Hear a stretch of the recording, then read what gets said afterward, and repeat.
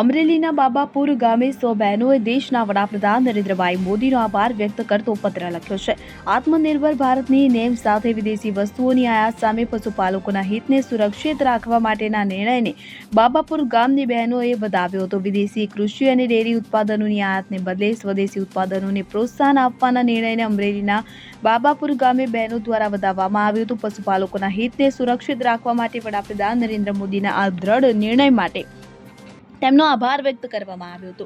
બાબાપુર ગામે 100 જેટલા બહેનોએ પત્ર લખ્યો છે. ત્યારે બાબાપુર દીપ દૂધ ઉત્પાદક સહકારી મંડળીના સભાસદ બહેનો આજે બાબાપુર ખાતે એક જગ્યાએ એકત્રિત થઈ આ બહેનોએ સમૂહમાં સાથે મળીને પોતાના પ્રિય નેતા વડાપ્રધાન નરેન્દ્ર મોદીને પત્ર પાઠવવામાં આવ્યો હતો.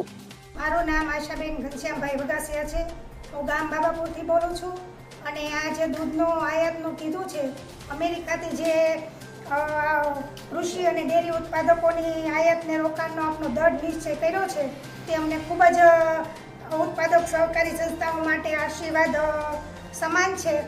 આ પગલાંથી મારા જેવી ગામડાની અસંખ્ય મહિલાઓને ભેગા મળીને અમે આ દૃઢ નિશ્ચય કર્યો છે અને પત્ર લખ્યો છે અને મોદી સાહેબને અમે એને કહીએ છીએ કે આ અમારો પત્ર સ્વીકારજો અને અમારા માટે આટલું તમે કરજો.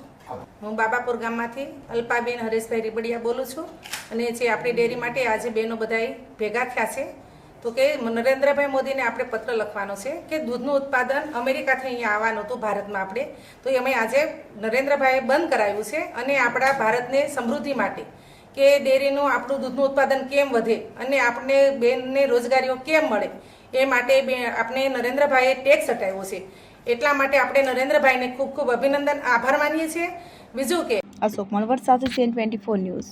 હવે જુઓ દેશ દુનિયાની તમામ ખબરો તમારી આંગળીના ટેરવે.